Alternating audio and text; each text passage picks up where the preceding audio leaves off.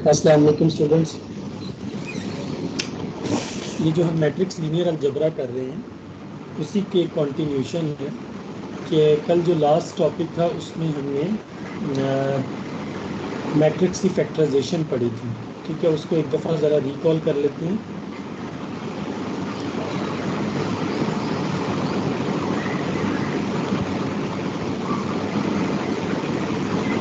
इसमें आपने matrix factorisation जिसे हम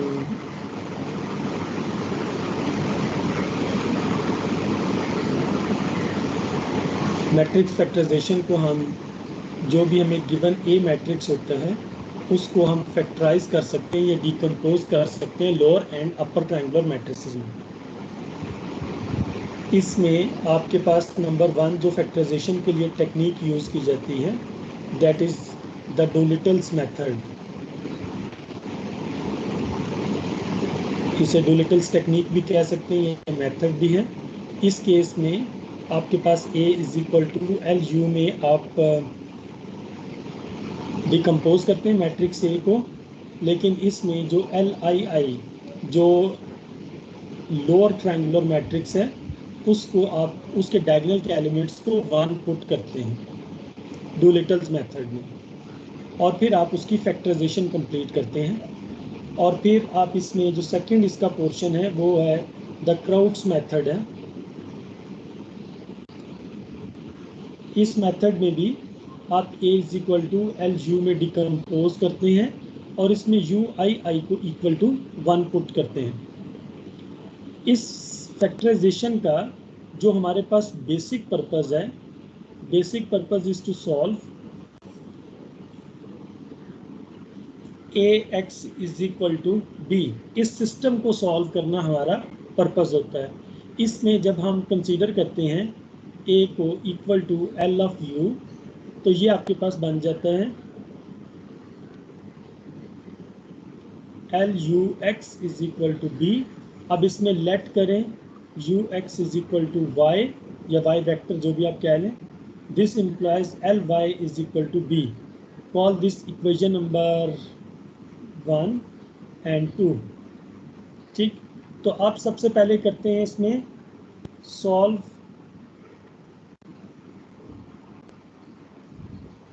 इक्वेशन 2 को सॉल्व करें। Solve equation 2 for y, y के लिए सॉल्व करें एंड देन ये जो y के लिए सॉल्व करना है ये स्टेप आपके पास कहलाएगा फॉरवर्ड सब्स्टिट्यूशन। और जब आप y को यूज करके solve equation 1 by using y for x, तो ये जो आपका स्टेप कहलाएगा this step is called backward substitution.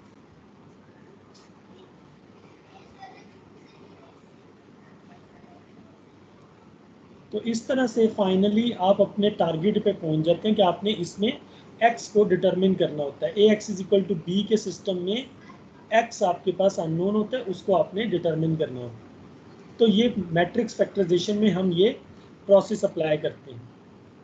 एक अनदर मेथड जो इंट्रोड्यूस करवाया गया जो कि स्पेसिफिक मैट्रिसेस के बारे में है वो आपके पास है चोलेस्की मेथड।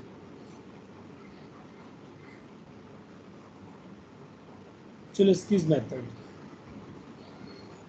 इसमें जो हमने क्राउड्स मेथड या डोलिटल्स मेथड अप्लाई करने हैं उसमें हमारे पास ए के ऊपर कोई कंडीशन नहीं है एक्सेप्ट कि ए आपके पास एक स्क्वायर मैट्रिक्स होना चाहिए, अदरवाइज उस पर कोई कंडीशन नहीं है।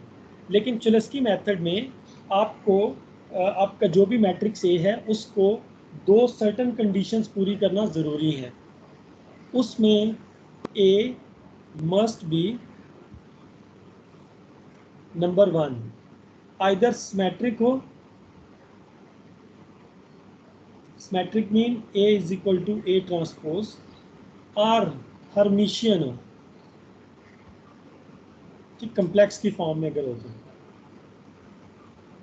Second part, A should be positive definite, A should be positive definite.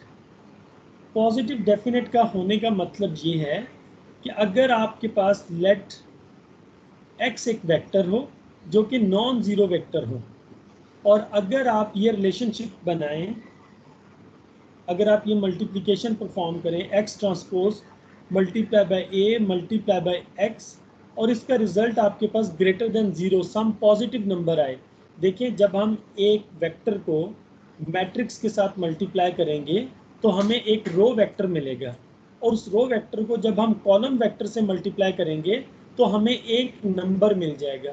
वो नंबर अगर पॉजिटिव होगा, अगर ये कंडीशन को मैट्रिक्स ए सेटिस्फाई करे, तो हम कहते हैं कि वो मैट्रिक्स ए जो है, ए is positive definite matrix.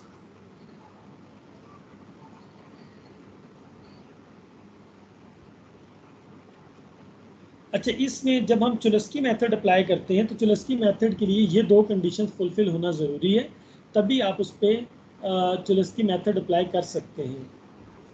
Again purpose हमारा वही है, A X is equal to B को सॉल्व करना। अब आप इसमें कंसीडर करो A is equal to L multiply by L transpose. A की जो आपके पास डिकम्पोजिशन होनी चाहिए वो L multiply by L transpose, मतलब इसमें आपको अपर ट्रायंगुलर मैट्रिक्स की ज़रूरत नहीं है। ठीक, तो ये आपके पास ए मैट्रिक्स ए की फैक्टराइजेशन के तीन डिफरेंट मेथड्स हैं, जिसमें से ए जो है चुलस्की मेथड जो है वो सम कंडीशंस के साथ मैट्रिक्स कंडीशंस के साथ वो है। तो इसमें आपका क्वेश्चन?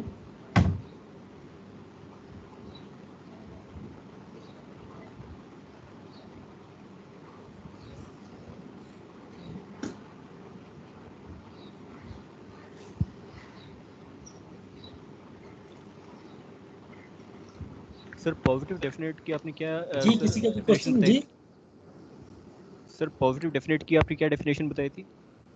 पॉजिटिव डेफिनेट की डेफिनेशन ये है कि अगर आपके पास कोई ए मैट्रिक्स ए हो, और अगर आप ये प्रोडक्ट लें x transpose multiply by A multiply by x is greater than zero, अगर ये रिजल्ट आपके पास आए, देखो ना, जब आप एक्स ट्रांसपोज मल्टीप्लाई बाय ए करोगे, एक्स ट्रांसपोज मल्टीप्लाई बाय ए, तो एक्स को लेट सपोज करो आपके पास x1 x2 दो कंपोनेंट्स हैं, ए भी आपके पास a11 a12 a21 a22 है।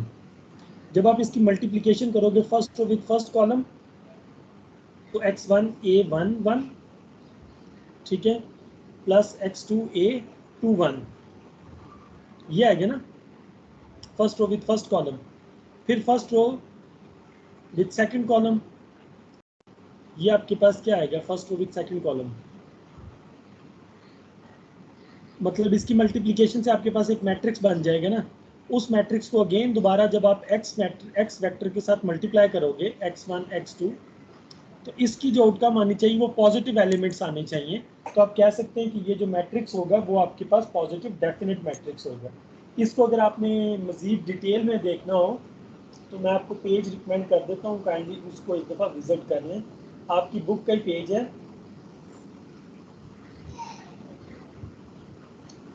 Positive definite. ये चैप्टर नंबर 5 या 7 में आप चेक कर सकते हैं। इसको चैप्टर नंबर 5 में तो नहीं है, लेकिन 7 में शायद इसकी डेफिनेशन गिवन है। मेरे ख्याल 5 में शायद इसकी डेफिनेशन गिवन है आपको ना।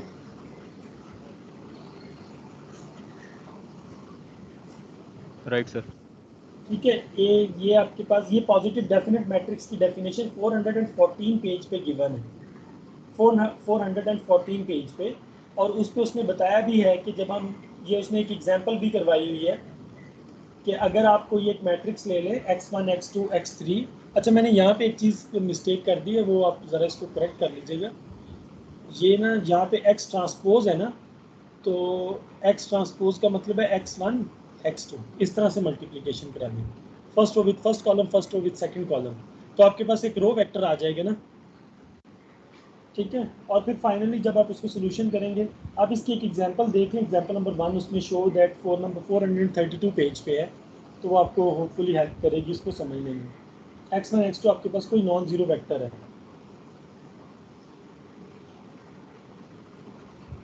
तो ये यहाँ तक ये स्टोरी ख़त्म हो जाती है। इसके बाद आपके पास नेक्स्ट एक जो है नेक्स्ट जो टेक्निक इसमें हमने पढ़नी है वो बेसिकली आपके पास इटरेटिव टेक्निक है, और स्टिल हम अभी इसमें भी लीनियर सिस्टम ऑफ इक्वेशंस को सॉल्व करेंगे।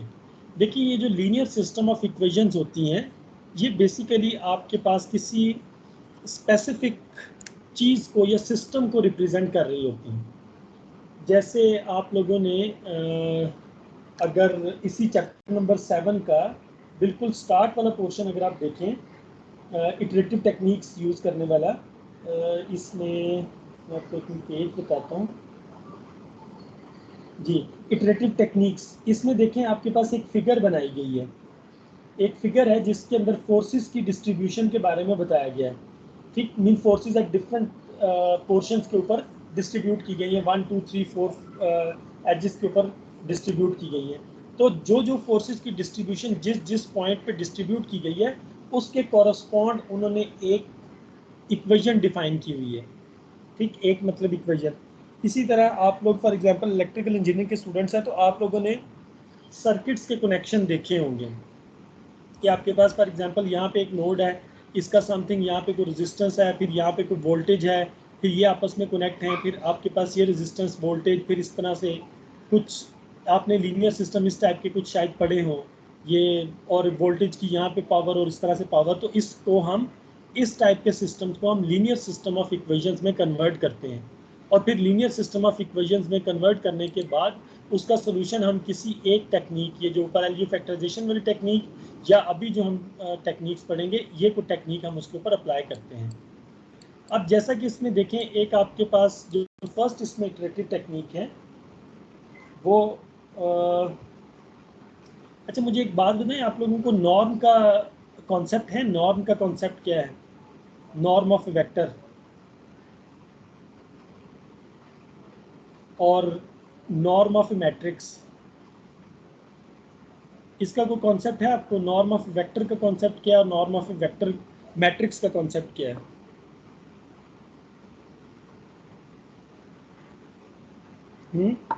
नॉर्म का कॉन्सेप्ट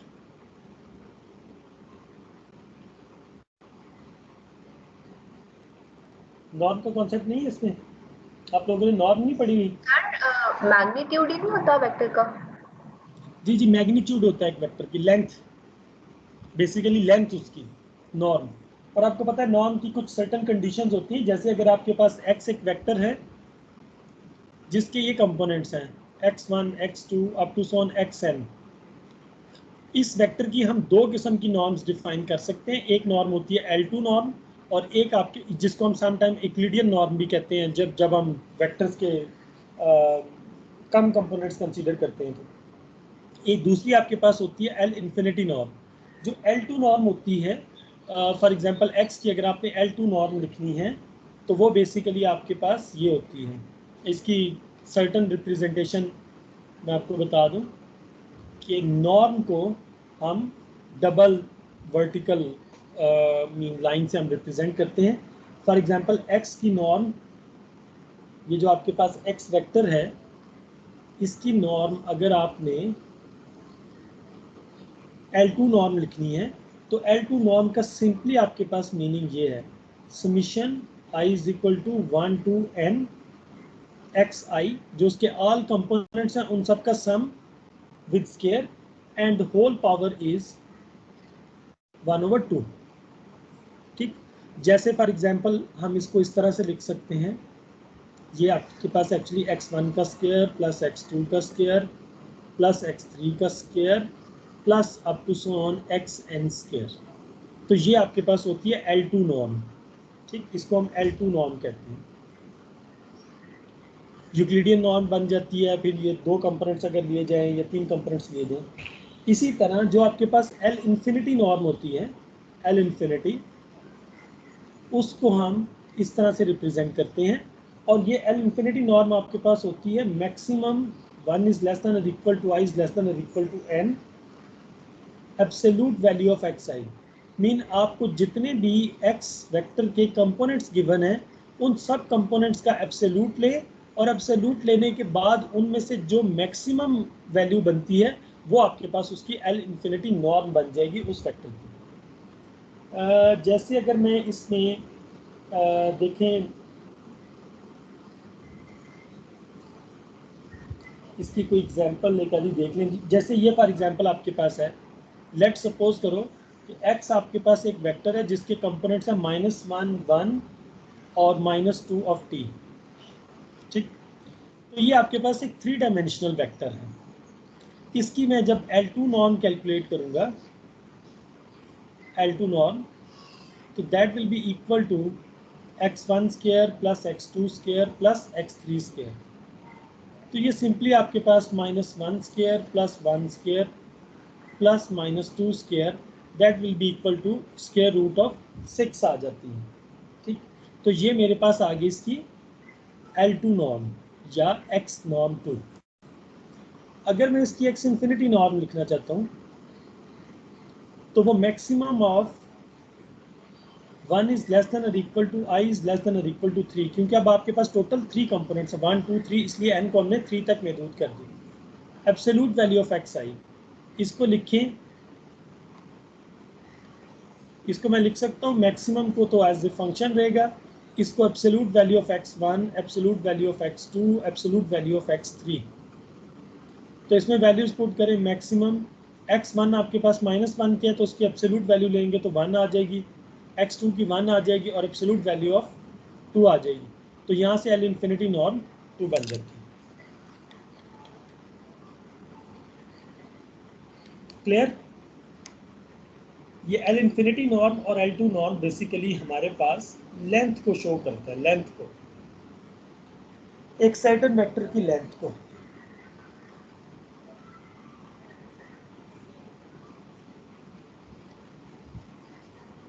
सिमिलरली ये जो आपके पास मैट्रिक्स ए होता है, इसकी भी हम नॉर्म को डिफाइन कर सकते हैं, और मैट्रिक्स ए की जो नॉर्म होती है वो आपके पास सिर्फ सिंगल इन्फिनिटी नॉर्म बेसिकली उसमें ज़्यादातर डिफाइन की जाती है।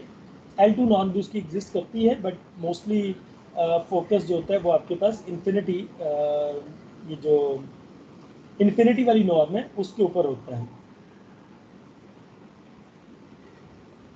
अच्छा, मैट्रिक्स नॉर्म की डेफिनेशन आपके पास ये है इन्फिनिटी के सेंस में। मैट्रिक्स नॉर्म ए, अगर आपके पास एक मैट्रिक्स है और आपको कहा जाता है कि इस मैट्रिक्स का इन्फिनिटी और L2 नॉर्म आप डिफाइन कर दें, तो वो सिंपली आपके पास मैट्रिक्स ए की infinity norm is equal to maximum norm of x, जो है x वेक्टर है यहाँ पे, x वेक्टर की infinity norm should be equal to 1 and norm of A X vector infinity, ये आपके पास कहलाती है एल इन्फिनिटी नॉर्म। ठीक, और फिर सेकंड मैट्रिक्स, सेकंड जो नॉर्म इसमें होती है वो हमारे पास है norm of A2 which is equal to maximum absolute of x vector norm 2 equal to 1 and that will be equal to ax vector norm 2। तो ये हमारे पास इसमें आ जाती है। तो बता सकते हैं कि ये इस चीज़ का क्या मतलब है, x वेक्टर नॉर्म 2 का मतलब क्या है, इक्वल टू 1, इसका क्या रीज़न है, ये कौन सा वेक्टर होगा? Unit vector. हाँ, यूनिट वेक्टर। यूनिट वेक्टर होगा ये। ऐसा वेक्टर जिसकी नॉर्म इक्वल टू 1 आती है वो आपके पास यूनिट वेक्टर होता है, राइट। और यूनिट वेक्टर आपके पास बेसिकली क्या होते हैं, x अगर आपके पास यूनिट वेक्टर है तो आपके पास x vector divided by its magnitude, उसकी मैग्नीट्यूड से अगर हम इसको नॉर्मलाइज कर दें तो वो यूनिट वेक्टर हमारे पास बन जाता है। तो ये मैट्रिक्स की नॉर्म आप इस तरह से डिफाइन कर सकते हैं। अब आप आ जाएं इसमें इटरेटिव टेक्निक पे, और इटरेटिव टेक्निक में आपने पढ़नी है सबसे पहले जैकोबी मेथड। ठीक, हमने दो मेथड इसमें पढ़ने हैं, और जैकोबी और Gauss Seidel method basically iterative method है जो हम लीनियर सिस्टम ऑफ इक्वेशन को सॉल्व करने के लिए यूज करते हैं। Let's start this one. सबसे पहले आपके पास जैकोबी मेथड, हमारा पर्पस वही है, ax is equal to B को सॉल्व करना, सोल्यूशन करना सिस्टम ऑफ लीनियर इक्वेशन। ठीक है, ये हमारे पास हमारा इसका पर्पस है। सपोज करें कि आपके पास ये जो ax is equal to B है, इसमें आपने ith इक्वेशन है कोई xi, इसको आप लिखें summation j is equal to 1 to n and j is not equal to i, mean ये दोनों इंडेक्स सेम नहीं है, minus aij xj divided by aii plus bi divided by aia। तो यहाँ से अगर आप देखें, ये आपके पास ith इक्वेशन है, इसको मैं ज़रा थोड़ा सा आपको इसके बारे में गाइड करता हूँ, 1 2 up to so on n। ये जो i इंडेक्स है, ये आपके पास रो को शो कर रहा है। रो को, कोई आपको पता है एक मैट्रिक्स A हो जिसके कंपोनेंट्स A हो, तो इसको हम aij से रिप्रेजेंट कर सकते हैं, राइट, aij से।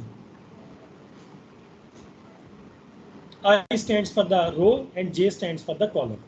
तो यहाँ पर देखें कि अगर हमारे पास xi एक को वेक्टर हो तो उसको हम रिप्रेजेंट कर सकते हैं इस फॉर्म में।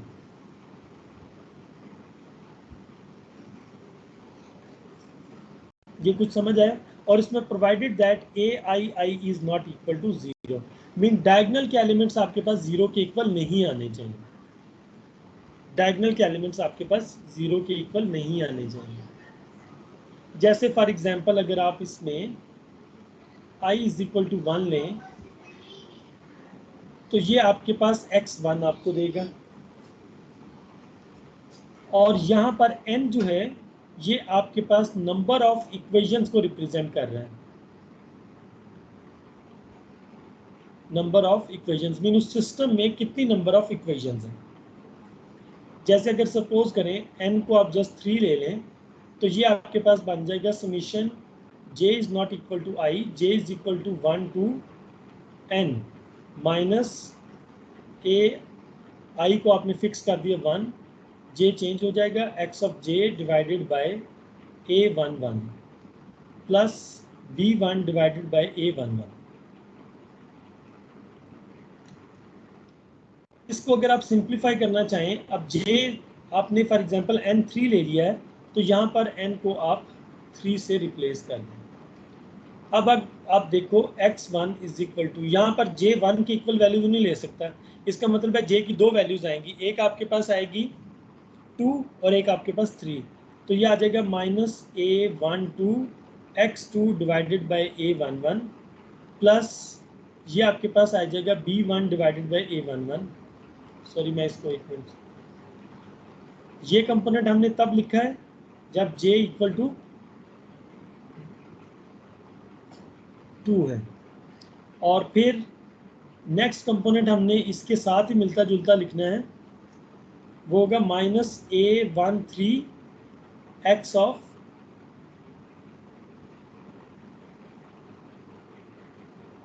x of 3 divided by a11 plus b1 divided by a11। तो ये हमारे पास आ जाता है x1।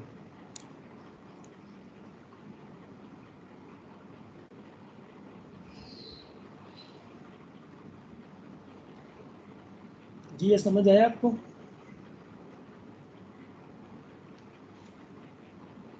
हाँ,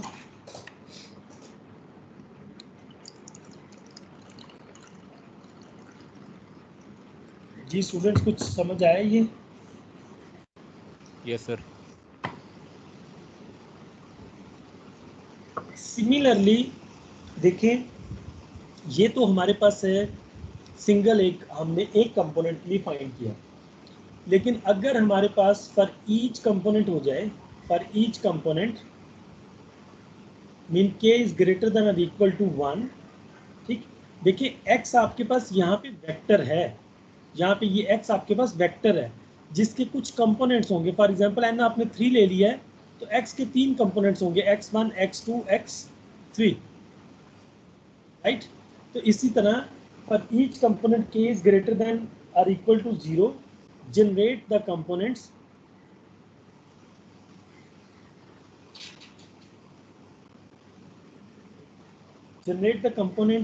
x vector of k, ये जनरेट करेगा from the component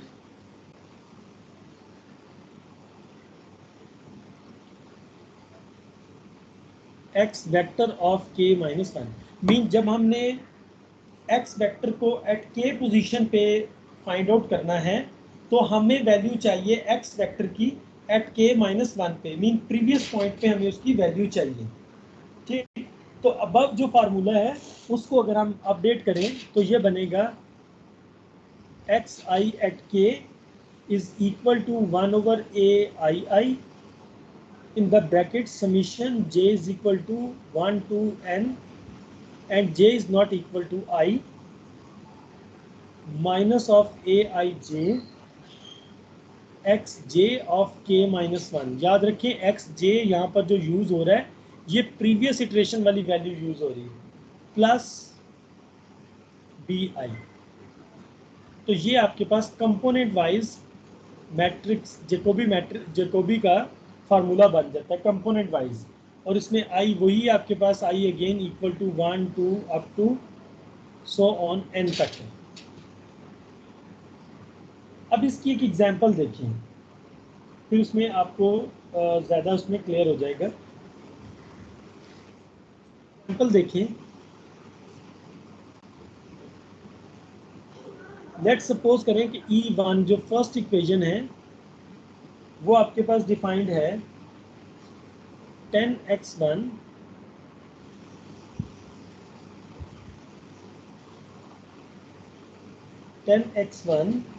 minus x2 plus 2x3 which is equal to 6। Second equation इसमें है minus x1 plus 11x2 minus x3 plus 3x4 equal to 25। E3 आपके पास इसमें आ जाता है 2x1 minus x2 plus 10x3 minus x4 is equal to minus 11। And finally E4 आपके पास आ जाता है 3x2 minus x3 plus 8x4 is equal to 15। अब आपने क्या करना है, प्लीज इस स्टेप को जरा परफॉर्म करें कि आपने ये शो करना है the linear system has the unique solution x is equal to, ये शो ये करना है द लीनियर सिस्टम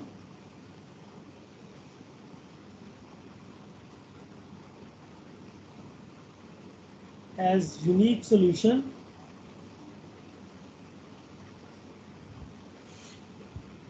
और वो यूनिक सॉल्यूशन क्या होगा, x vector is equal to, देखो इसमें कितने अननोन है इन इक्वेशन में, 4 unknown सर।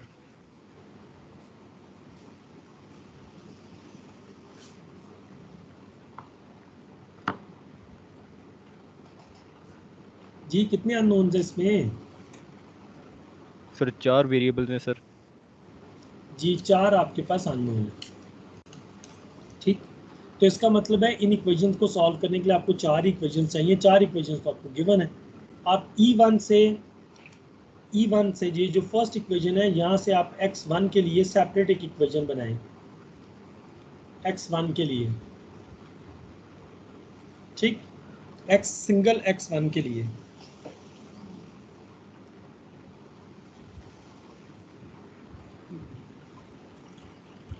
x1 बनाए, यहाँ से जस्ट x1 को सेपरेट करें ये आपके पास इक्वेशन बनेगी x2 माइनस 2x3 और प्लस 6/10। मजीद सिंप्लीफाई कर ले तो 1/10 x2 माइनस 1/5 x3 प्लस 3/5, ये x1 की इक्वेशन बन गई। फिर आप इसमें x2 की इक्वेशन बनाएं E2 से, तो x2 की इक्वेशन बनेगी x1 plus x3 minus 3x4 plus 25।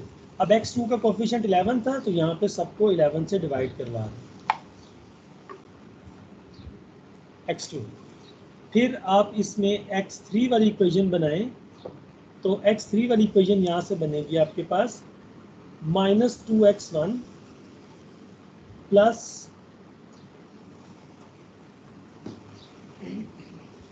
Just पर मिनट प्लीज।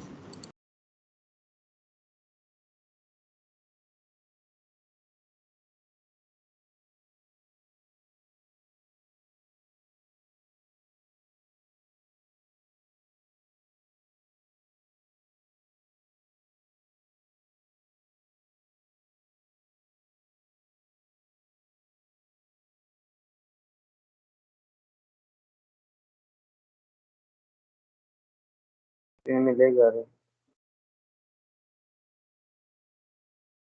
नंग्याल 1 मिनट यार, 1 मिनट मैं करता हूँ स्टार्ट।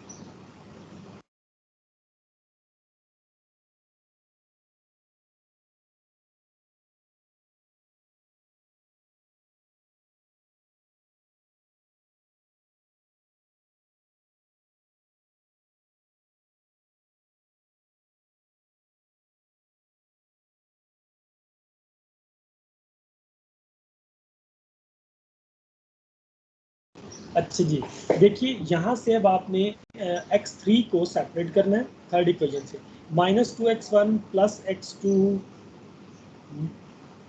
Plus x4 minus 11। ठीक है, ये हमने x3 को सेपरेट किया।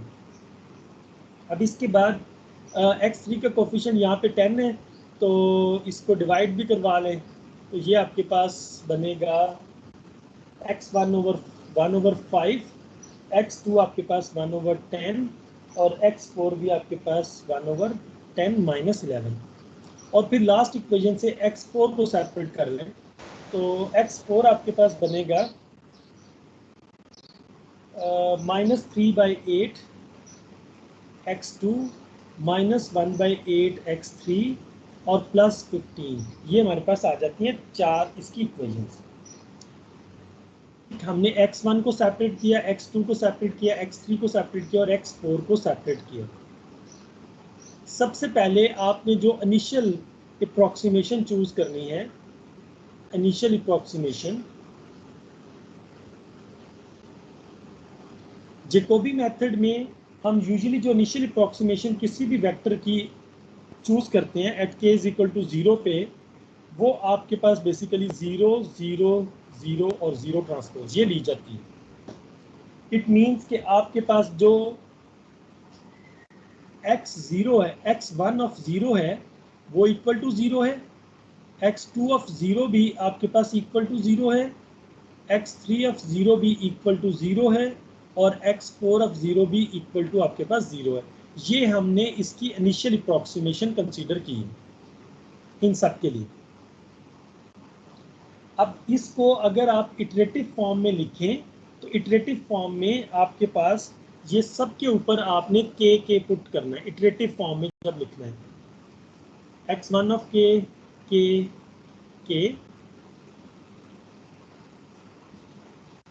यहाँ पे भी k मीन सब के ऊपर आपने k को इटरेटिव फॉर्म में पुट करना है।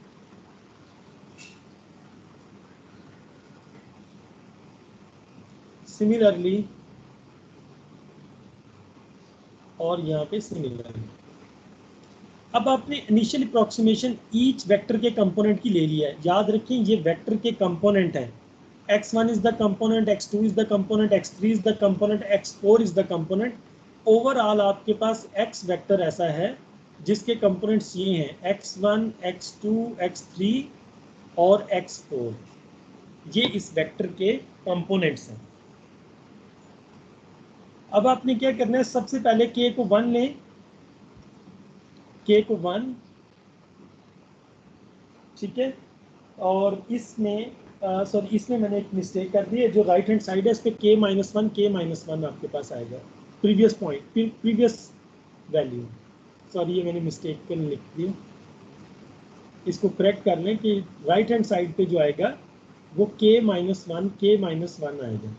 इसको मैं सेट कर दूं, ये आएगा k minus one, k minus one, k minus one, k minus one.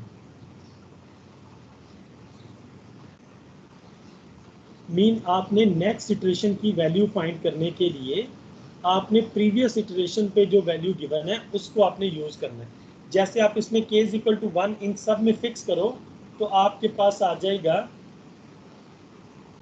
x1 of 1 is equal to 1/10 x2 of 0 minus 1/5 x3 of 0 and plus 3/5 x of 0। इसमें आप वैल्यूज पुट करो तो आपके पास जस्ट रिजल्ट 3/5 आ जाएगा, क्योंकि x2 x3 ये सारे 0 हैं।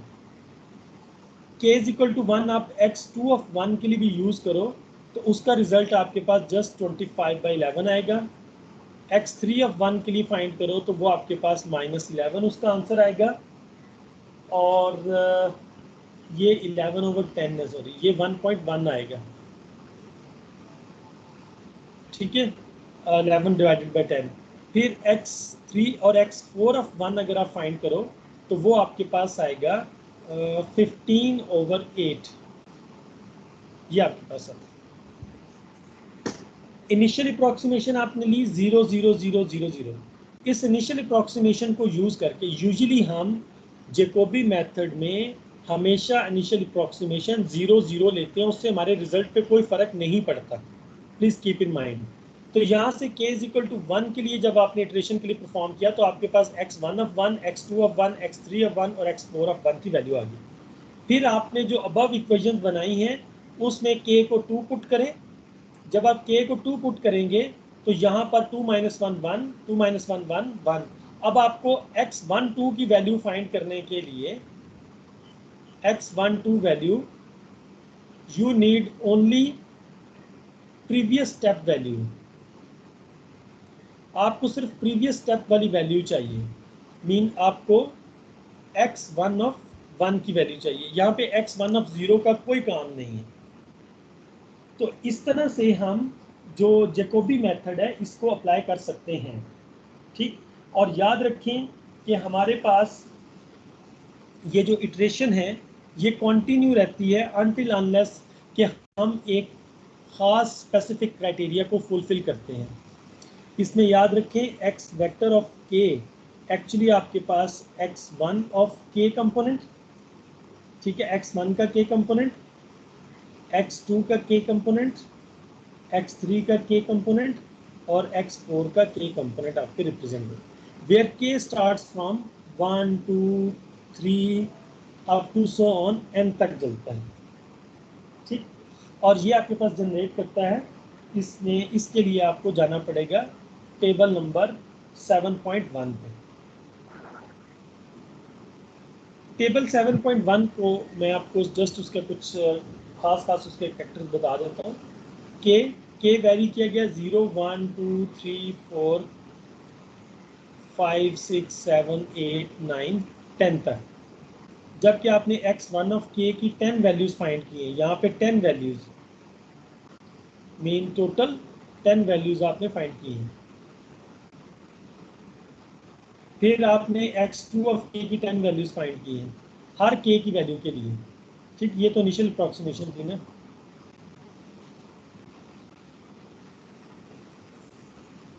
और ये इसी तरह आपने x3 ऑफ k फाइंड किया है,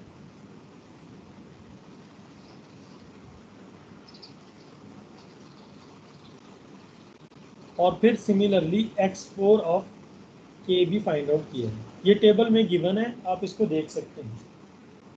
अब इसमें जो हमारे पास इटरेशन के बाद हमारा जो एक्चुअल नंबर हमारे पास आना चाहिए था वो उसका सोल्यूशन ऊपर उसमें दिया है 1 2 -1 और 1 आना चाहिए। 1 माइनस 2 और 2 जो उसका मतलब एक्चुअल सोल्यूशन है वो आपके पास वो है 1 माइनस 2 और 2। अब हमें कैसे पता चलेगा कि हमें कितनी के की कितनी वैल्यूज की लिटरेशन परफॉर्म करनी है? तो उसके लिए आपको एक स्टॉपिंग क्राइटेरिया चाहिए जैकोबी मेथड में। वो स्टॉपिंग क्राइटेरिया आपके पास क्या है देखें। वो स्टॉपिंग क्राइटेरिया क्या है कि आपने नॉर्म लेनी है, इन्फिनिटी नॉर्म लेनी है एक्स वेक्टर की, इन्फिनिटी नॉर्म केथ कंपोनेंट की, एक्स वेक्टर के K component minus X vector of K minus 1 divided by norm of X K, ये लेस देन आनी चाहिए some pre specified value tolerance से। ये स्टॉपिंग क्राइटेरिया कुछ आपको समझ आया? स्टॉपिंग क्राइटेरिया नंग्याल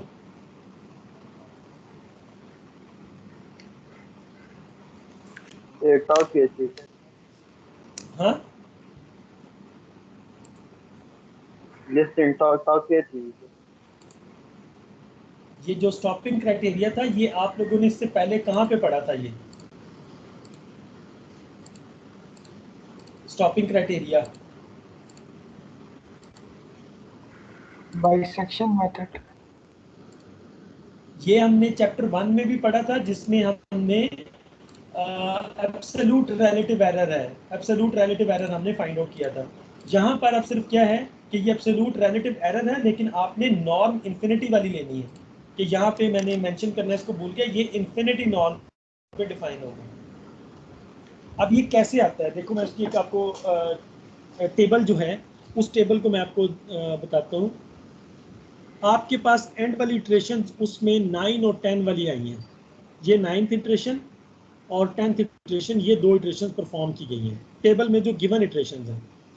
अब देखो एक्स ऑफ के लास्ट इटरेशन के की लास्ट वैल्यू आपके पास 10 है तो ये एक्स ऑफ 10 आ जाती है। 10th इटरेशन जो आपके पास लास्ट इटरेशन है ये मतलब करंट अप्रोक्सीमेशन होगी। फिर एक्स ऑफ के माइनस 1 वो होगी आपके पास एक्स ऑफ 9।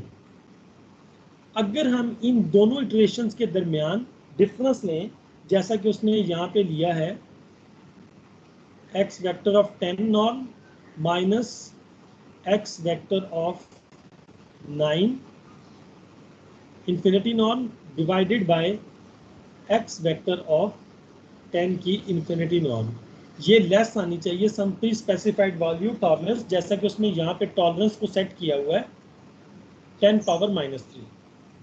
अब देखो आपके पास ये जो x ऑफ 10 है इस पे आपके कंपोनेंट कौन कौन से हैं? एक कंपोनेंट है x1 ऑफ 10 का, एक कंपोनेंट है x2 ऑफ 10 का, एक कंपोनेंट x3 ऑफ 10 का और एक कंपोनेंट आपके पास x4 ऑफ 10 का। ये इसके कंपोनेंट्स हैं। x9 के कंपोनेंट्स क्या होंगे?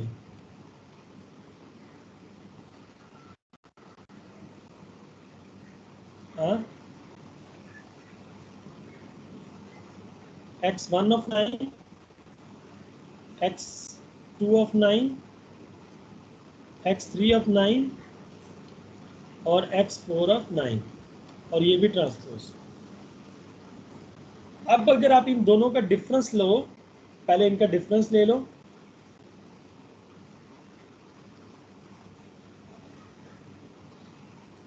अच्छा मैं डिफरेंस ले रहा हूँ फर्स्ट कंपोनेंट का फर्स्ट कंपोनेंट के साथ डिफरेंस मीन ये आपके पास बेसिकली ये है 1.001 माइनस 0.997, ये इन दोनों का डिफरेंस दिया।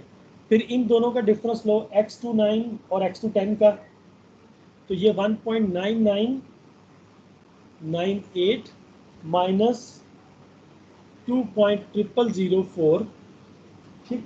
और फिर ये नेक्स्ट में x3 of 10 minus x3 of 9, x3 of 10 आपके पास है माइनस 0.998 माइनस ये आपके पास माइनस माइनस प्लस 1.0004। फिर लास्ट में आपने 0.998 माइनस 1.006 इन सब का डिफरेंस ले लें। देखें आपके पास डिफरेंस क्या आता है।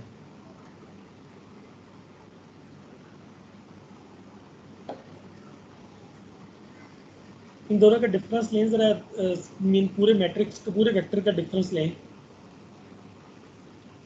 देखिए आपके पास क्या कंपोनेंट्स आते हैं। फर्स्ट में क्या आएगा,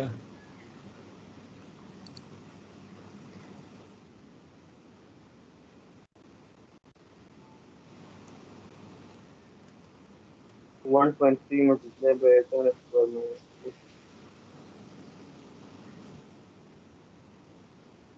क्या है इसमें फर्स्ट वाली वैल्यू आपके पास या ये 0.0013। सेकेंड वाली वैल्यू में देखिए माइनस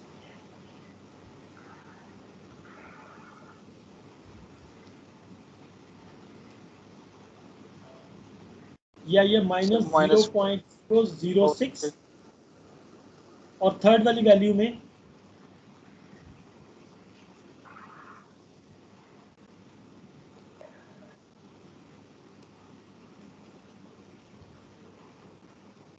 जीरो पॉइंट 0.002, राइट। ये थर्ड वाली वैल्यू आ जाती है। और फाइनल वैल्यू क्या आती है आपके पास, 0.004 में भी आ जाए, राइट।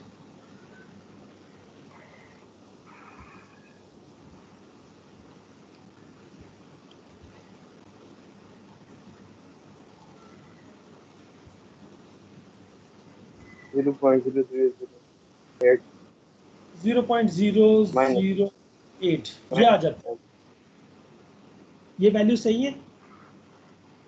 Minus sir. ये माइनस, हाँ जी माइनस वाली, सॉरी माइनस में साथ। अब आप देखो, अब आपने इस वेक्टर की इन्फिनिटी नॉर्म डिफाइन करनी है। अब एक्स वेक्टर की 10 माइनस ये जो एक्स वेक्टर 9, इन दोनों का आपने डिफरेंस लिया है। इसकी इन्फिनिटी नॉर्म, इसकी इन्फिनिटी नॉर्म क्या होगी, मैक्सिमम इन सब की एब्सोल्यूट वैल्यूज 0.0013, 0.0006, 0.0002 और एंड पे 0.008। तो सबसे मैक्सिमम इसमें क्या है आपके पास,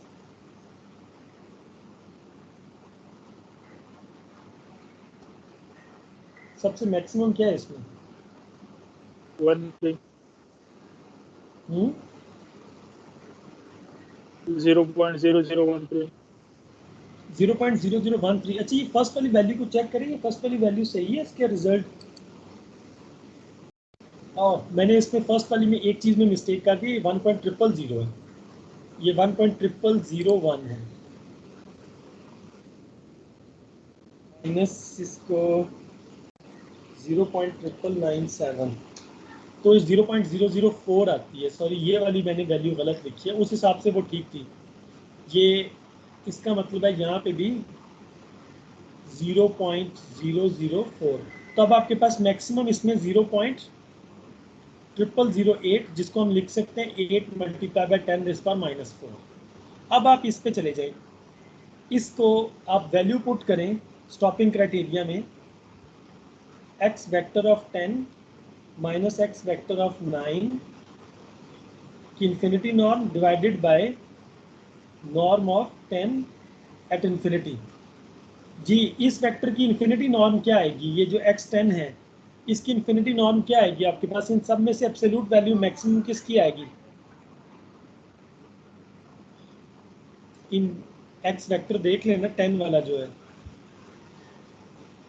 1.998 आपके पास इसकी मैक्सिमम आएगी इन चारों में से। ये x वेक्टर 10 है ना, ये x vector 1, x vector 1 10, x vector 1 310 और ये 410। तो इन सब की एब्सोल्यूट लें तो सबसे मैक्सिमम आपके पास 1.998 है और ऊपर 8 मल्टीप्लाई बाय 10⁻⁻⁴। इसको सिंप्लीफाई करें तो इसका रिजल्ट आपके पास लेस देन 10⁻⁻³ आएगा।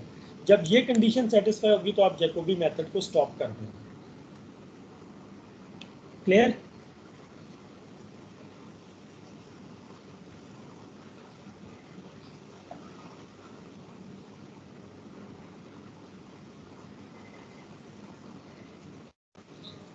अच्छा, ये अगर ये आपको समझ आ गया है तो अब आप देखो समटाइम्स ये होता है कि हम जो given system of linear equation होता है उसको हम कन्वर्ट कर देते हैं A X is equal to B की फॉर्म में, ठीक, मैट्रिक्स की फॉर्म में।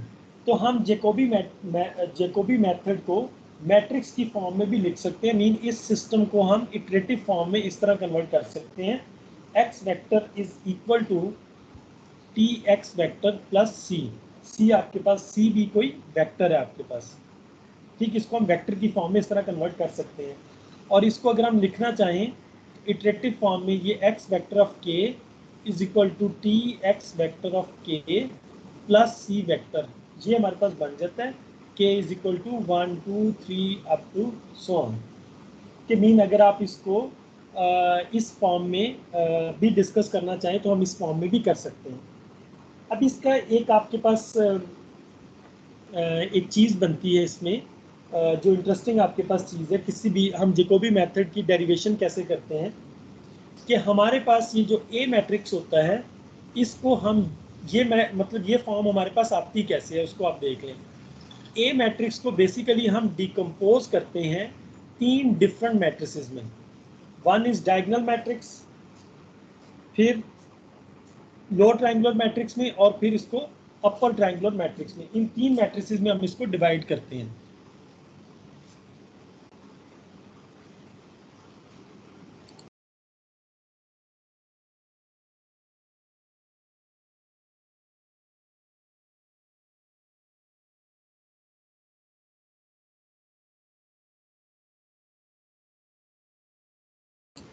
तो इसमें देखिए आपने ये, मैं यहाँ पर कोई लंबा चौड़ा आपको प्रोसेस करने की ज़रूरत नहीं है कि आप डी कैसे फाइंड करेंगे, एल कैसे फाइंड करेंगे और यू कैसे फाइंड करेंगे, वो मैं आपको बहुत अभी से बता देता हूँ सिंपली, बड़े आसानी से। आपने ए मैट्रिक्स को डिकम्पोज करना है डी में, एल में और यू मैट्रिक्स में। अब सपोज करो कि ए आपके पास एक मैट्रिक्स है, मैं आपको डी, एल और यू तीनों का बता देता हूँ। A11, A12, A13, A21, A22, A23, A31, A32 और A33, ये आपके पास एक मैट्रिक्स है ए। इस मैट्रिक्स को हमने डी, एल और यू में डिकम्पोज करना है और एलिमेंट्स यहीं से लेने हैं। डी वाला जो मैट्रिक्स होगा उसके एलिमेंट्स भी ए से आएंगे, एल के एलिमेंट भी ए से आएंगे, यू के एलिमेंट भी ए से आएंगे। डी जो मैट्रिक्स होगा ये बेसिकली आपके पास कहलाता है डायगोनल मैट्रिक्स। डायगोनल मैट्रिक्स वो होता है जिसके सिर्फ डायगोनल के एलिमेंट्स नॉन जीरो होते हैं, बाकी सब जीरो होते हैं। तो ये मैट्रिक्स आपके पास इस ए मैट्रिक्स को देख के सिंपली बनेगा A11 0 0 0 0 0 0, ये बनेगा A22 और A33। तो ये हमें देगा डी मैट्रिक्स। इसमें जो आपके पास एल वाला मैट्रिक्स है, L matrix, lower triangular matrix जिसे आप कह लें, ये मैट्रिक्स बनाते वक्त आपने इस कंपोनेंट को जीरो कर देना है, इससे अगले कंपोनेंट को भी जीरो ले लेना है, उससे नेक्स्ट कंपोनेंट को भी आपने जीरो कर लेना है। इसके जो बाकी कंपोनेंट्स ये वाले बचेंगे, मीन डायगोनल के कंपोनेंट्स तो कंफर्म आपने जीरो लेने हैं और ऑफ डायगोनल एलिमेंट्स भी आपने अपर में जीरो लेने हैं। जबकि यहाँ पर A21, A31 और A32 लेना है। ये बनेगा आपके पास एल मैट्रिक्स। फिर जो आपके पास यू मैट्रिक्स है वो ऐसे बनेंगे। इसमें अब आपने डायगोनल के एलिमेंट्स तो पहले जीरो कर देने हैं विदाउट एनी कंडीशन, और जो ये जो लोअर के मैट्रिसेस हैं इनको भी 0 0 और 0 पुट कर देना। अब यहाँ पर अपर है ना, तो यहाँ पे आपने -A12, -A13 और फिर -A23 ले लेना। तो ये हमारे पास कंप्लीशन हो जाएगी डी, एल और यू की। आप वेरीफाई कर सकते हैं कि ए को अगर हम डी -L -U लिखें, डी के एलिमेंट्स पुट करें A11 0 0 0, A22 0 0 0, A33, -L के कंपोनेंट पुट करें 0 0, A21 0 0, A31, A32 और 0, फिर माइनस यू के कंपोनेंट पुट करें 0 minus A12 minus A13 0 0 0 0 minus A23 और 0। इन सब को अगर आपस में अगर आप सब्ट्रैक्ट करवाएं तो देखें पहला कंपोनेंट क्या बन जाएगा A11 0 माइनस 0 माइनस A12 और माइनस ये वाला प्लस A12 0 माइनस 0 और प्लस ये A13 फिर 0 minus A23 sorry 0 minus A21 और इसमें मैंने सॉरी यहाँ पे अपर जो लोअर ट्रायंगुलर मैट्रिक्स के एलिमेंट्स लिखते हैं उसमें मैं साइन मिस कर गया, इसमें भी माइनस माइनस और माइनस आएगा, तो इस वजह से ये माइनस माइनस और माइनस। अच्छा अब देखो 0 माइनस माइनस प्लस, तो ये आपके पास A21 A22 सिंपली आ गया आपके पास 0 0 माइनस माइनस ये प्लस A23 फिर 0 प्लस A31 फिर 0 प्लस A32 A33 एंड पे आ जाता है। तो देखिए आपके पास दोबारा वही A मैट्रिक्स वापस आ गया। तो आपने इस मेथड में क्या करना है कि आपने इसको डिकम्पोज कर देना मैट्रिक्स को A को। अब देखो आपके पास गिवन था AX is equal to B। अब D जो आपने डिकम्पोज किया D minus L minus U multiply by X vector is equal to B। यहाँ से आप इसको सिंप्लीफाई करें तो ये बन जाएगा आपके पास, आप इसको मल्टीप्लाई करवा दें अंदर, ये आ जाएगा D X vector minus common लिया L plus U multiply by X vector that will be equal to B.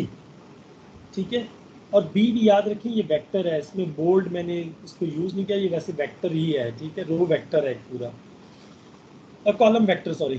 तो यहाँ से D X vector is equal to L plus U into X vector plus B vector. ठीक है, अगर हम इसको further simplify करना चाहें तो ये आ जाएगा D X vector is equal to D inverse, D दूसरी तरफ जाएगा तो इनवर्स हो जाएगा ना, तो L plus U X vector plus D inverse D vector. तो इसको अब आप लोग उस फॉर्म में लिख लें के इटरेशन की फॉर्म में। तो के फॉर्म में ये आ जाता है X of K D inverse L plus U X vector of K minus 1 plus D inverse of B vector.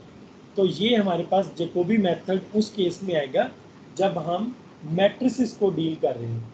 तो यहाँ पे अब आप सिंपली क्या करें, पुट करें टी को आप ले लें equal to D inverse L plus U और सी को ले लें, आप इसको सी जे कह दें या सी कह दें, जस्ट आप जो भी नोटेशन यूज़ करना चाहें, जे की नोटेशन यूज़ करना चाहें तो जे की यूज़ कर लें, जस्ट अगर आप सी जे यूज़ करना चाहें तो सी जे भी यूज़ कर सकते हैं, D inverse of B vector. तो ये एक्स के वेक्टर आपके पास इक्वल आ जाएगा T J x vector of K minus 1 plus सी जे।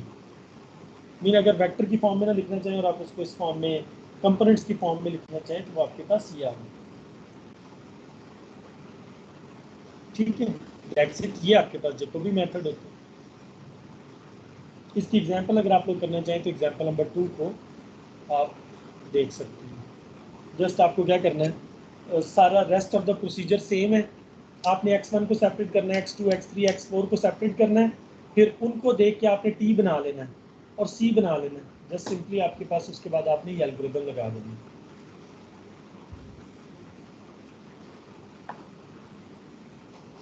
ये बेसिकली जो क्वेश्चंस हैं ये बाय हैंड सॉल्व करने वाले कम हैं, ये बाय यूजिंग मैटलैब सॉल्व करने वाले ज़्यादा हैं। अब इसमें एक आपके पास फाइनल जो इसका मेथड है वो आपके पास है the Gauss Seidel method. Gauss Seidel वो जस्ट एक सिंपल सा आपके पास मेथड है, थोड़ा सा इससे अपडेटेड वर्जन आप क्या लें। गॉस सीडल मेथड आपके पास ये होता है, the Gauss Seidel method.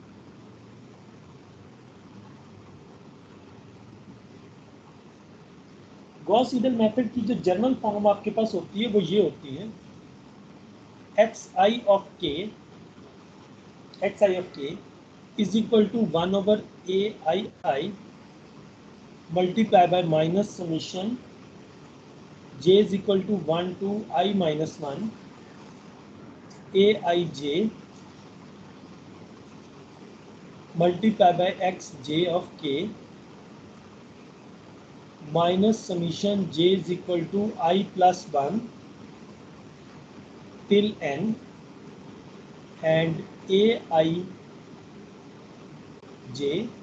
xj of k minus 1 plus bi। ये हमारे पास गॉस सीडल मेथड है, ठीक है। और इसमें एक थोड़ी सी मॉडिफिकेशन है। अगर आप इससे पहले जो आपने जैकोबी मेथड की पढ़ी है, ये वाली फॉर्म जैकोबी मेथड की, तो देखिए ये सिमिलर है, या ये वाला पोर्शन सिमिलर है गॉस सीडल के पोर्शन के साथ। ये वाला जो पोर्शन है ये सिमिलर है ना, ये वाला, ये और ये मल्टीप्लाई हो रहे हैं ना बाय, सिर्फ ये चीज़ जो है गॉस सीडल में एक्स्ट्रा आ गई है, ये वाली, ये एक्स्ट्रा टर्म है। इसका मतलब है जो गॉस सीडल मेथड है वो जैकोबी की मॉडिफाइड फॉर्म है, ठीक, मॉडिफाइड फॉर्म है।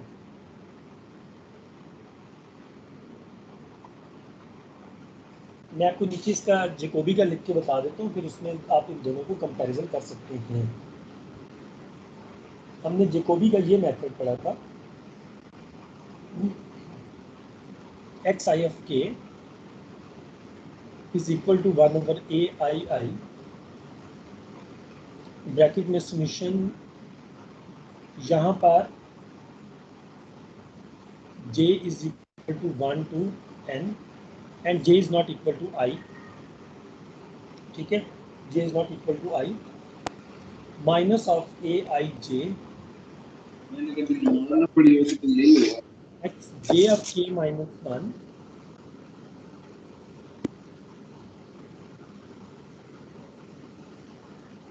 xj of k minus 1 plus आपके पास bi आ रही, ठीक है। ये ब्रैकेट में, यहाँ पर भी ये ब्रैकेट में, ये इसने माइनस बाय लिख लिया इसको,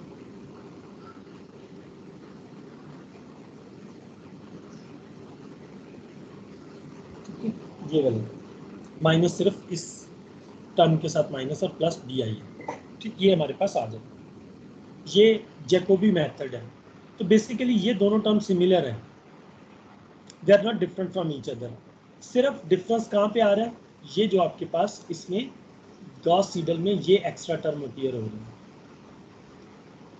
अब मैंने आपको बताया था कि x J of K minus 1 का मतलब है कि आप प्रीवियस इटरेशन पे जो वैल्यू है, प्रीवियस इटरेशन की, उस वैल्यू को यूज कर रहे हैं इसके अंदर। जबकि ये जो एक्स के है ये करंट अप्रॉक्सीमेशन को रिप्रेजेंट करती है। एक्स के आपके पास करंट अप्रॉक्सीमेशन को रिप्रेजेंट करती है। तो इसमें अगर आप ज़रा आई इसमें याद रखें, आई आपके पास नंबर ऑफ रोज को, या हम कह सकते हैं ये नंबर ऑफ इक्वेशंस को रिप्रेजेंट करता है, नंबर ऑफ इक्वेशंस को, मीन 1 2 3 4 जो हमारे पास, और n हमारे पास ऑर्डर होता है या नंबर ऑफ इक्वेशंस। बेसिकली ये नंबर ऑफ इक्वेशंस को मैं बताता है, आई आपके पास रो को बताता है, रो को। अब इसमें i इज इक्वल टू क्या होता है, i की value 1 2 3 up to so on n तक है। अब इसमें k जो है वो इटरेशन नंबर को रिप्रेजेंट करता है, k इटरेशन नंबर को, ठीक, k हमारे पास इटरेशन नंबर को रिप्रेजेंट करता है। इसमें भी जो आप इनिशियल गैस लेंगे x0, जैसे for example 0 0 0 up to so on 0, अगर आपके पास nth ऑर्डर nth है, nth इक्वेशंस हैं, तो तब आपके पास x ऑफ t ये बनेगी 0, ठीक है। रेस्ट ऑफ द प्रोसीजर आपके पास सिमिलर है। अगर आप इसमें कुछ देखना चाहें, सिर्फ आपके पास क्या होता है, अगर आप अपने for the sake of comparison आप टेबल 7.1 को जनरेट करें यूजिंग जैकोबी, और सेम प्रॉब्लम, उसने सेम प्रॉब्लम लिया हुआ है और उसका टेबल 7.2 जनरेट किया हुआ है यूजिंग गॉस सीडल। तो आपने देखा जैकोबी में उसने 10th इटरेशन तक सॉल्व करने के बाद रिजल्ट हमारा स्टॉपिंग क्राइटेरिया को सेटिस्फाई करता है, जबकि टेबल 7.2 में जस्ट 5 इटरेशन में स्टॉपिंग क्राइटेरिया सेटिस्फाई हो जाता है टॉ वाला। तो हम ये कंक्लूड कर सकते हैं कि आपके पास ये जो गॉस सीडल मेथड है, this is much better method than Jacobi method. ठीक, तो इसको काइंडली आप लोग देख लीजिएगा गॉस सीडल मेथड को। तो हमें इटरेटिव टेक्निक्स में हमने यही चीज़ पढ़नी थी। इससे रिलेटेड अगर किसी का क्वेश्चन है तो काइंडली क्वेश्चन कर लें, वरना फिर हम नेक्स्ट टॉपिक इसका स्टार्ट करते हैं, जो इसी चैप्टर का थोड़ा सा इंट्रोडक्शन है स्टार्ट में आइगन वैल्यूज और आइगन वेक्टर्स के बारे में।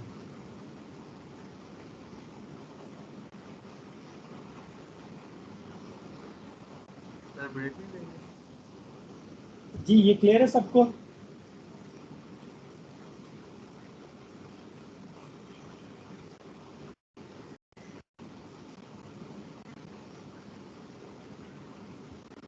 अच्छा, ये आपने by the way eigen values and eigen vectors पढ़े हुए हैं लीनियर अलजेब्रा में? Eigen values and eigen vectors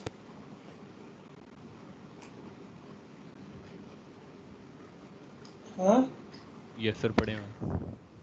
पढ़े हुए हैं? Yes sir. ऑफ कोर्स ये आप लोगों ने पढ़े होंगे, ये तो उसका मेन कोर पार्ट होता है। तो बता सकते हैं कि आइगन वैल्यूज किस चीज को रिप्रेजेंट करती हैं?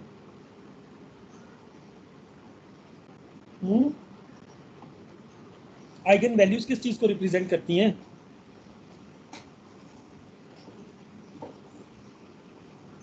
हाँ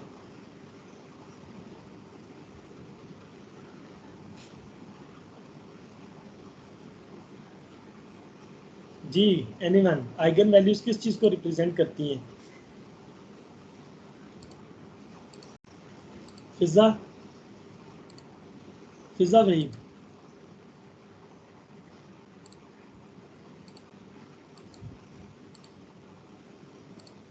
उसामा,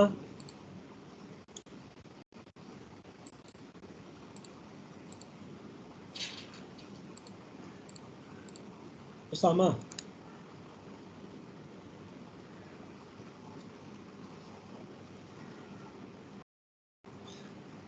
हलीमा, हलीमा,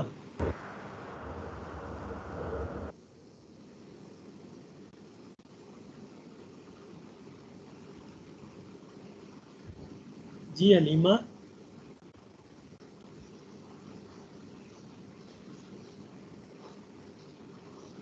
मोहम्मद अली,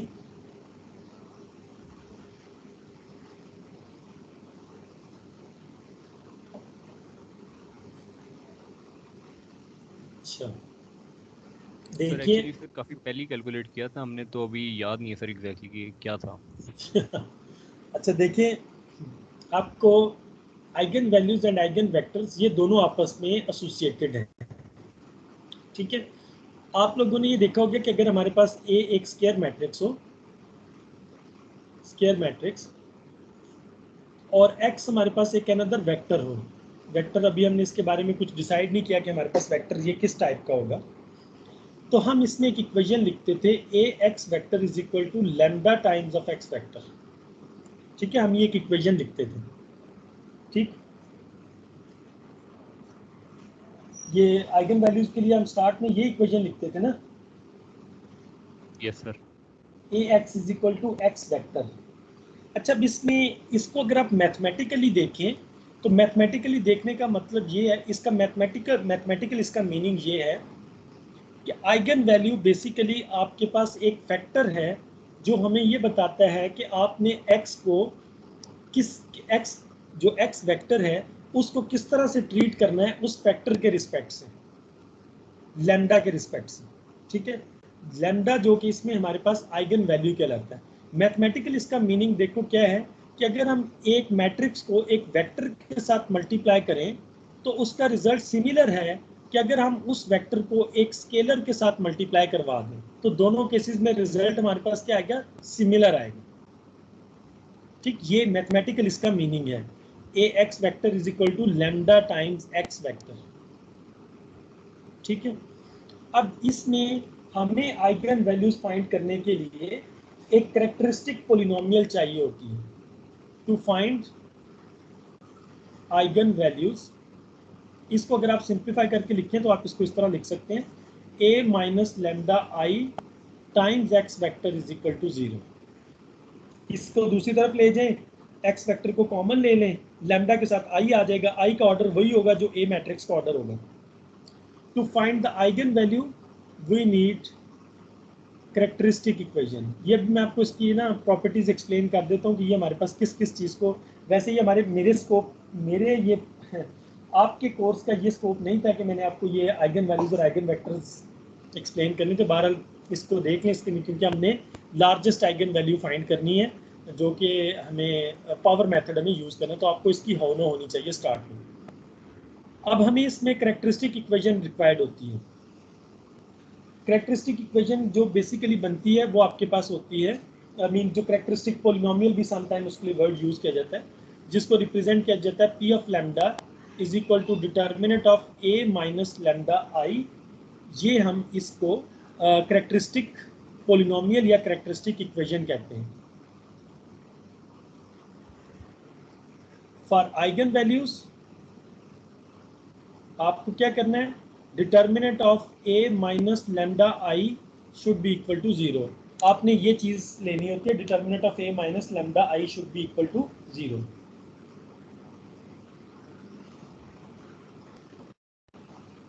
अगर आपके पास सपोज करो ए अगर एक स्क्वायर मैट्रिक्स है और इसका ऑर्डर आपके पास 3 क्रॉस 3 है, तो याद रखें इस मैट्रिक्स की आपके पास 3 आइगन वैल्यूज आएंगी, लैम्डा 1, लैम्डा 2, लैम्डा 3। जितने ऑर्डर का मैट्रिक्स होता है उतनी ही आपके पास उसकी आइगन वैल्यूज आती हैं, लैम्डा 1, लैम्डा 2, लैम्डा 3। और जितनी आइगन वैल्यूज बनती हैं उसके कॉरस्पॉन्ड उतने ही आइगन वेक्टर्स एग्जिस्ट करते हैं। लैम्डा 1 के correspond x1 eigen vector, lambda 2 के कॉरस्पॉन्ड x2 आइगन वेक्टर और लैम्डा 3 के correspond x3 eigen vector exist करता है। प्लीज कीप इन माइंड, ठीक है, ये कॉरस्पॉन्डिंग आइगन वेक्टर्स एग्जिस्ट करते हैं आपकी हर आइगन वैल्यू के कॉरस्पॉन्ड। ठीक, ये हमारे पास होता है, इसके आइगन वैल्यूज के कॉरस्पॉन्ड आपके पास 3 आइगन वेक्टर्स एग्जिस्ट करते हैं, जैसा कि इस केस में मैंने आपको बताया। अब आपने जब इसके आइगन वैल्यूज फाइंड करनी है तो उसके स्टेप्स आपके पास ये होते हैं। स्टेप 1 आपने क्या करना है, सबसे पहले determinant of A minus lambda I equal to 0, इसको पुट इक्वल टू 0 करो, find values of lambda, lambda की वैल्यूज फाइंड करें। लैम्डा क्या होगा इसमें, ये डिपेंड करता है कि आपके मैट्रिक्स का ऑर्डर कितना है। सेकंड केस में स्टेप 2 में आपने ये इक्वेशन लेनी है a माइनस लैम्डा आई, यहाँ से जो लैम्डा की वैल्यूज फाइंड की हैं वो यहाँ पे पुट करें, multiply by x vector equal to 0 vector. इस इक्वेशन को सॉल्व करें, सॉल्व फॉर आइगन वेक्टर्स। आप आइगन वेक्टर्स के लिए इसको सॉल्व करेंगे, दैट्स इट। ये हम इस तरह से आइगन वैल्यूज और आइगन वेक्टर्स फाइंड आउट कर सकते हैं। अब इसमें मैं आपको इसकी कुछ प्रॉपर्टीज़ बता देता हूँ, ये आप लोग इसको देख लीजिएगा। बेसिकली इसकी प्रॉपर्टीज़ क्या हैं कि हमने जनरल इक्वेशन पढ़ी है A X vector is equal to lambda times X vector. अब इसमें सबसे पहली चीज़ आपके पास देखो क्या होती है, नंबर 1, अगर आपके पास ये जो लैम्डा है, इफ लैम्डा इज रियल, आपके पास कोई रियल हो एंड लैम्डा ग्रेटर देन 1 भी हो, ठीक, अगर लैम्डा रियल हो और लैम्डा ग्रेटर देन 1 भी हो, then A has the effect of stretching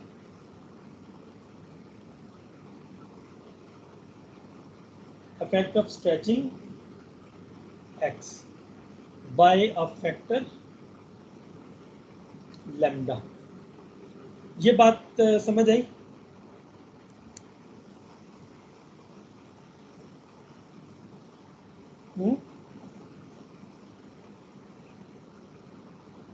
जी ये बात कुछ समझ आई आप लोगों को? Yes sir. अगर आप किसी वेक्टर को किसी रियल नंबर से, पॉजिटिव रियल नंबर से मल्टीप्लाई करवाएं और वो रियल नंबर क्या इफेक्ट पड़ता है? हाँ, वेक्टर पे क्या फर्क पड़ता है? मैग्नीट्यूड इंक्रीज होगा। हाँ, मैग्नीट्यूड इंक्रीज होगा। मैग्नीट्यूड इंक्रीज हो जाएगी, डायरेक्शन तो रिमेन सेम रहेगी, सिर्फ मैग्नीट्यूड इंक्रीज हो, मतलब मैग्नीट्यूड इंक्रीज होने का मतलब है उसकी लेंथ इंक्रीज हो जाएगी ना। कि फॉर एग्जांपल अगर एक्स वेक्टर पहले ये था, ठीक, जब आपने इस एक्स वेक्टर को मल्टीप्लाई करवाया ए एक्स के साथ, मतलब ए एक्स मतलब मल्टीप्लाई करवाया उसको लैम्डा के साथ, तो हो सकता है कि ये हो नहीं सकता, बल्कि इस केस में आपके पास एक्स वेक्टर की लेंथ ये हो जाएगी जब आप उस वेक्टर को किससे मल्टीप्लाई करवाएंगे, ए एक्स के साथ, या इक्वल टू लैम्डा एक्स के साथ जब मल्टीप्लाई करवाएंगे। सिंपल सी बात है ना कि जब हम किसी वेक्टर को पॉजिटिव नंबर के साथ मल्टीप्लाई करवाते हैं तो उसकी डायरेक्शन तो सेम रहती है और वो उसकी मैग्नीट्यूड इंक्रीज कर जाती है। That's it. आप इसको बल्कि इस तरह से समझ सकते हैं, लेट सपोज करें एक्स वेक्टर के कंपोनेंट आपके पास 1 2 1 है, ये एक्स वेक्टर के कंपोनेंट्स हैं। आप इस एक्स वेक्टर को 2x से मल्टीप्लाई करवा दें तो इसके कंपोनेंट्स क्या हो जाएंगे, 2 4 1। इसकी मैग्नीट्यूड लें, इसकी मैग्नीट्यूड आएगी 1 + 4 + 1 तो √6 आएगी। इसकी मैग्नीट्यूड लें 2x की तो ये आपके पास 4 + 16 + 1 तो वो 21 का स्क्वायर रूट ले आएगी। ये 4 पॉइंट समथिंग आती है, ये 2 पॉइंट समथिंग आएगी। तो देखें जब आप वेक्टर को किसी कांस्टेंट नंबर से मल्टीप्लाई करवाते हैं, लैम्डा भी तो एक कांस्टेंट नंबर है ना, रियल है और ग्रेटर देन 1 भी है, तो इसलिए इफेक्ट ऑफ स्ट्रेचिंग है, मतलब वो वेक्टर को स्ट्रेच कर देगा। सेकंड केस इसमें क्या होगा कि अगर आपके पास सेकंड जो इसका इफेक्ट होगा लैम्डा का, कि अगर if lambda is greater then 0 but less than 1, very small number between 0 and 1, 1 तो नहीं हो सकता, बिटवीन 0 एंड 1 अगर आपके पास है तो then A shrinks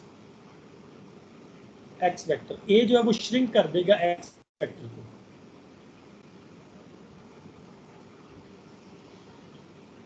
X vector को श्रिंक कर देगा by a factor of lambda.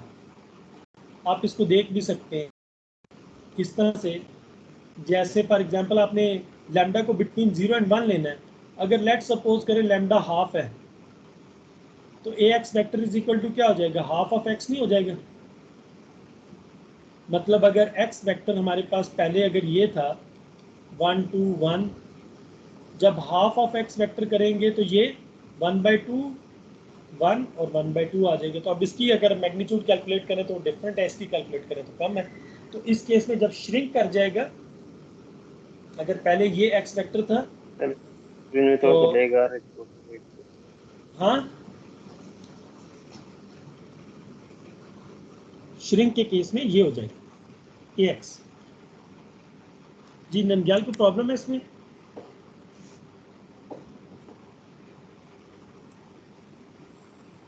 और फिर इसमें फाइनली जो थर्ड पॉइंट आ जाता है, थर्ड पॉइंट ये है, माइट बी पॉसिबल है कि लैम्डा आपके पास नेगेटिव आ जाए। If lambda is less then 0, negative अगर आपके पास आ जाए तो इसका इफेक्ट भी सिमिलर होगा। इफेक्ट इज सिमिलर, मतलब इफेक्ट क्या होगा, सिमिलर होने का मतलब क्या है कि ये श्रिंक करेगा बट श्रिंक के साथ साथ उसकी डायरेक्शन भी रिवर्स हो जाएगी। ऐसा ही होता है ना, जब हम किसी वेक्टर को किसी नेगेटिव नंबर के साथ मल्टीप्लाई करवाते हैं तो वो उसकी डायरेक्शन को भी चेंज कर देता है और उसकी मैग्नीट्यूड को भी चेंज कर देता है, राइट? ऐसा ही होता है ना? Yes sir. आपने फिजिक्स में यही पढ़ा होगा, रिवर्स्ड। Yes sir. ठीक, तो ये हमारे पास ये बेसिकली ये आइगन वैल्यूज का रोल है। यहाँ से हमें पता चलता है कि आइगन वैल्यूज हमें किस तरह से क्या चीज़ बताती हैं, और ये आइगन वैल्यूज काफ़ी इम्पॉर्टेंट आपके पास एस्पेक्ट है। ये इंजीनियरिंग में बहुत सारी जगहों पे यूज़ होता है, इसकी बहुत सारी प्रैक्टिकल एप्लीकेशंस इंजीनियरिंग में एग्जिस्ट करती हैं। ठीक है, मैंने एक दफ़ा इसकी कुछ एप्लीकेशंस इसकी पढ़ी थी, मैं आपके साथ इसको शेयर करता हूँ।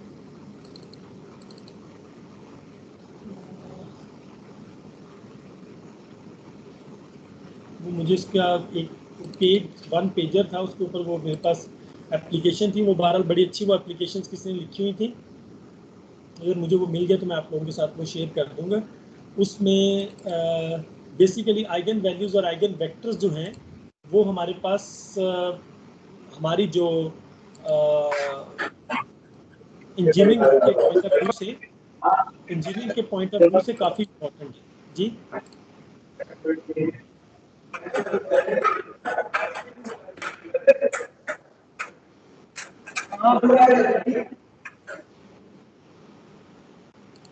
वो इंजीनियरिंग के पॉइंट ऑफ व्यू से काफ़ी सारी उसमें इम्पोर्टेंट थी, और अगर आप लोग इसकी कुछ एप्लीकेशंस वगैरह देखना चाहें तो आप लोग उस पर यूट्यूब पे कुछ उसकी वीडियोस मौजूद हैं इम्पोर्टेंट, जो उसकी आइगन वैल्यूज़ की एप्लीकेशन से रिलेटेड है। वो मुझे उसका एक नाम भूल गया, एक ब्रिज था, उस ब्रिज के बारे में वो है, जो कि अगर आप लोग उसके बारे में देखना चाहें, ये इस application of eigen values and eigen vectors of square matrix, ये बहुत सारे कम्युनिकेशन सिस्टम्स में यूज़ होती है, डिज़ाइनिंग ब्रिजेस में इस्तेमाल होती है, designing car stereo system, electrical engineering में काफ़ी सारी जगहों पे इस्तेमाल होती है, मैकेनिकल इंजीनियरिंग में इसकी है। डिज़ाइनिंग ब्रिज में अगर आप इसकी वीडियो देखना चाहें तो एक टैकोमा नैरो ब्रिज है जो कि 1940 में कोलैप्स हो गया था, इसकी वीडियो यूट्यूब पे अवेलेबल है, आप देखना चाहें तो वो उसमें इसी फिनोमिना को एक्चुअली एक्सप्लेन किया गया है। तो आइगन वैल्यूज और आइगन वेक्टर की काफ़ी सारी एप्लीकेशंस एग्जिस्ट करती हैं, जिसको आप लोग नेट पे भी सर्च कर सकते हैं। तो हमारा जो इसमें पर्पज़ था, हमारे आपके कोर्स का जो पर्पज़ है या उसके जो आउटकम है, उसमें आपने लार्जेस्ट आइगन वैल्यू फाइंड करनी है। लार्जेस्ट आइगन वैल्यू, बेसिकली जो लार्जेस्ट आइगन वैल्यू है वो हमें ये बताती है कि हमारी जो चेंज है वो किस डायरेक्शन में मैक्सिमम है। ठीक, लार्जेस्ट आइगन वैल्यू फाइंड करने का हमारा बेसिक पर्पज़ ये है। तो उसके लिए हमें एक पावर मेथड यूज़ करना पड़ता है। पावर मेथड, इसकी हम डेरिवेशन नहीं करेंगे, इसका जर्नल सा फार्मूला हम लिखेंगे। पावर मेथड का जर्नल सा फार्मूला आपके पास ये है। अच्छा, पावर मेथड हम यूज़ क्यों करते हैं? पावर मेथड हमारा जो पर्पज़ है to find the largest eigen value, ये हमारा पर्पज़ है, to find the largest eigen value. Mean जो हमारे पास एग्जिस्टिंग आइगन वैल्यूज़ हैं उनमें से जो सबसे लार्जेस्ट है वो फाइंड करना हमारा पर्पज़ है इसमें। अच्छा, इसका आपके पास इसमें कुछ थोड़ी सी एजम्पशंस हैं शुरू में, वो एजम्पशंस मैं आपको बता देता हूँ कि पावर मेथड की एजम्पशंस क्या हैं। सबसे पहले आप देखो बेसिक्स ऑफ जो पावर मेथड है, उसमें सपोज करो कि आपके पास एक ए मैट्रिक्स है जो कि n क्रॉस n का मैट्रिक्स है, ऑर्डर ऑफ n का मैट्रिक्स है। अगर ये ऑर्डर ऑफ n का मैट्रिक्स है तो इसकी n आइगन वैल्यूज एग्जिस्ट करेंगी, lambda 1, lambda 2, lambda 3 up to so on lambda n, ये इसके आइगन वैल्यूज हैं। और इन आइगन वैल्यूज के कॉरस्पॉन्ड हर आइगन वैल्यू का एक आइगन वेक्टर एग्जिस्ट करेगा। मीन x1 वेक्टर,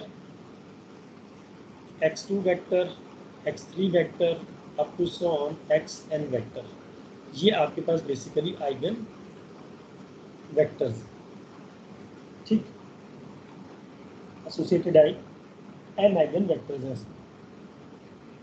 अब इसमें आपने हमारा जो इसमें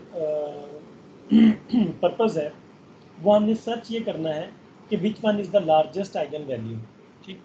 और हम ये इसमें सपोज करते हैं कि lambda 1 is greater than lambda 2 absolute value greater than lambda 3 absolute value up to so on greater than lambda n absolute value.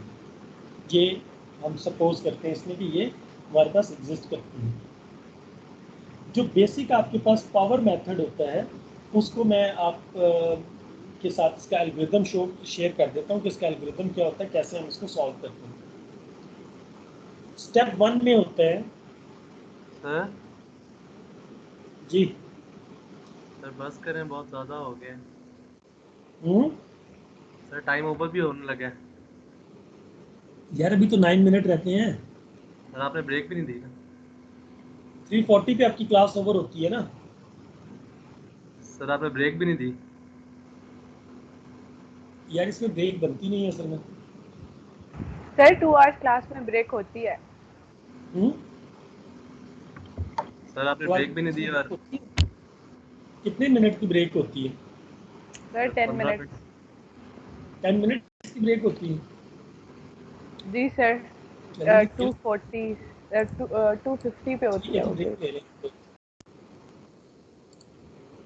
अच्छा